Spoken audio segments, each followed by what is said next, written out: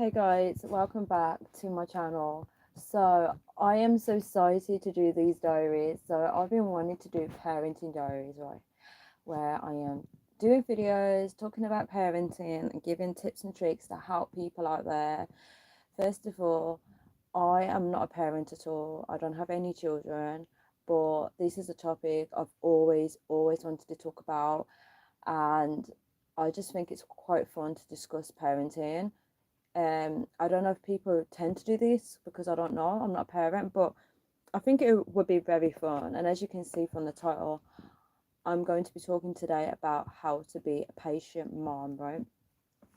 So I've made a lot of notes here, which I'm very excited to talk them through with you guys because I feel like if I don't make notes, there's going to be something that I'll forget to talk about, right? So, first of all, let's talk about me, right? So, if I was to be a mom, right? If I was to become a mom, right? I would love to learn the skill of patience. And when I talk about patience, it's very easy to get rattled. It's very easy to get angry, snap at our children, shout at them, get very cross, and then automatically, very quickly, feel really guilty for it and then apologize and give them kisses and hugs. But is that too late? Is that damage too late? Because once you've done that, are they going to see you in a completely different light? Are they going to hate you for it? Is the question. And this is something that we need to do. We need to start self-reflecting. So yeah, let's continue with me, right? So if I was a mother, if I was to become a mom, this is something I'd love to work on. And this is what this video is going to be all about, to help people out there, tips and tricks on how to become a patient mom. And then at the end of the video, I'm going to talk more about like what kind of, you know, people I'd want around me and stuff like that. Okay. So we're going to do it in order of my notes, right? So for mothers out there, or mothers to be, or people that are not a mother, can still watch this and can still learn something about themselves from this. It's for everybody, even for fathers. It may come in handy. So let's all learn together, guys, regardless of who we are. If we are a parent or not, we can still learn from this. So first of all, I would say learn more about children. So when I say this, I don't mean your child in particular. I mean learn about children in general. Like, sorry guys, I got a burp. So when I was like studying childcare, there's books on children development, different things like that. So you can read about children, you can learn about their different stages of learning, you can learn about their needs and wants as well at different ages as well. Obviously, children are more dependent on us the younger they are, and then as they get older, they may, depending on their circumstances, because obviously, people can have a disability or something like that. If your child has a disability, it's very important to learn more about it as well.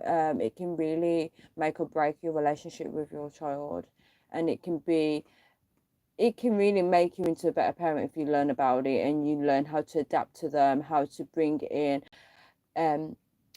things to bring in to adapt to your child's needs, to bring into the home, or to things to make their life so much adaptable and easier. And the more you learn about it, the easier it is for you to teach people how to treat them as well. That's another thing. You need to learn about your child so you know how to educate people on what your child likes and dislikes. So that's very crucial. So that can come part of learning more about your child. And obviously you can learn about your child as well by getting to know them, spending time with them, asking them questions, playing with them, finding out their likes and dislikes, watching TV with them, just like different things like that, you know. But definitely read about self-development with children, and there's a lot of psychology books out there on children as well, and you can learn about how they learn and different stuff like that, and the different stages that they can learn things at. And the more you learn about them, you know how well they're doing in life, if they are developing to the normal standards that people society sets, if they're on top of targets or if they're slowly falling behind, which is not a problem because everybody learns at different stages and people grow at different stages as well. So you can learn more about that. Also, get a pen and paper on this one. So I'm going to ask you a question. So parents or mothers, um, guardians, how do you want your child to perceive you? So take a moment to think about it. Like, how would you want your child to see you as a person? How would you want them to perceive you? And this comes on to about being patient. Would you want them to see you as someone impatient, losing your temper, losing your cool?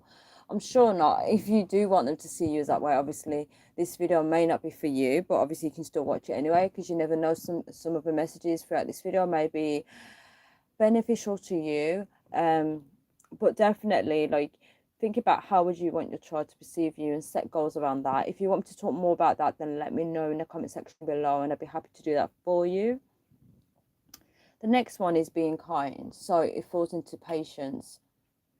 Be kind to your child. Just be kind. Like, we live in a world where everyone's talking about being kind. But how can we talk about being kind if we're not even practicing that with ourselves or with the people around us or our family or friends? Like, be kind, it's very important. Get anger management classes. Guys, some people out there probably need anger management classes and they probably don't even know.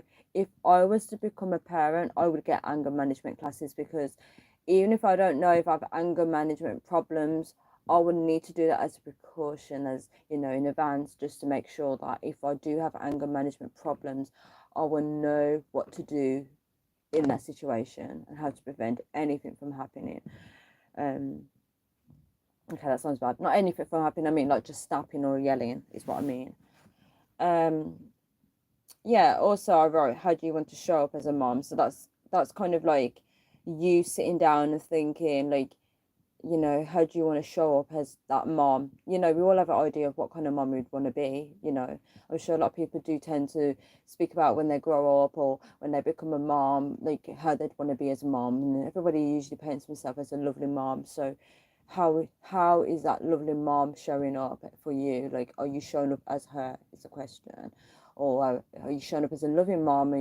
Are you struggling in that area? Maybe do you need counseling or therapy or something like that to help you, you know, figure out what's affecting you from becoming that person, what from your past is, you know, getting in the way of you and your child, what's blocking that. Also, I got this from the internet. So children are constantly learning from us and they are mirroring us. So if you look at children, they tend to like copy what their parents do, right? They say everything that we do, and they say it to someone else. So, it's that phrase where people see you do something, they copy. So be very mindful of that, and if you're not being patient, your child's going to learn those bad habits from you and become very impatient. They'll snap, shout at themselves. They say that children tend to how they regulate their emotions is learned through their parents. So imagine if you're constantly snapping, like if you lose your cool, and obviously the child's part of that scenario and you snap, that's how they're going to regulate their emotions. And when they're in a difficult situation or stressful situation, they may beat themselves up or just yell and shout, and everyone would be looking at them thinking, oh my goodness, what's going on? That's making me think, where does tantrum comes from? Does it come from that aspect? But I kind of think that it's a process for children to go through, but I definitely would love to look more into that to see where that comes from. Does it come from how parents respond? I'd love to know, because you never know. Self-reflection is very important. So reflecting on ourselves on a daily basis or a monthly basis, and that does keep you in check, especially if you have been, slipping out of character, due to lack of sleep or just no support from people. You may become more impatient with your child. So definitely self-reflection. And when you're doing the self-reflection, set some goals and set some tips and tricks on how you can get back into character. How can you show your child more love? How can you, become the person that you want your child to see you as, and how you want to become as a person as well. It's not about being fake, it's about being true to who we are and cutting off toxic cycles. Also, when you wake up, set the tone for the day. You can do this with your child as well and talk to your child. How would you want today to be? Do you want it to be a happy day? How can we make it a happy day? You can also set activities with your child as well, because every child matters. So plan the day with your child. What would your child like to do? Do you want to go to the seaside? Do you want to go for lunch, brunch, whatever you call it? Do you want to go to the park? What do you want to do? Do you want to watch a movie, like your favorite movie? Like, there's so many exciting things that we can do with children. So definitely plan activities with your child by setting, especially conclude that with setting the tone for the day and sitting down and say, what would you like to do today? You know, especially if they don't have school, it's so nice to do something together. Or you could maybe do the most boring tasks and do chores together and um help them assist you on your chores even if they make a mess. The next one is who is in control. So when you're losing your cool and losing your patience, who's the parent? Who's in control here? Because when you're snapping, are you becoming like a 2 year old, you know, misbehaving because things are not going your way? So just ask yourself, who is control? How can you be in control as a parent? Because you are in control. So you need to show that you're in control. And that also means by setting a good example and showing good behaviours to your child and modelling good behaviour instead of snapping. Um, Talking gently and remain calm is a superpower. So definitely talking a nice gentle voice, remain calm, and you feel better for it. There won't be no regrets later about anything you said horrible to your child. At least you know that you even though you were angry inside, you can kind of like think afterwards how you could, you know, handle that a bit better. And when I say handle that a bit better, when that problem arises again, you know what to do because you stayed calm and you know not to shout and stuff like that.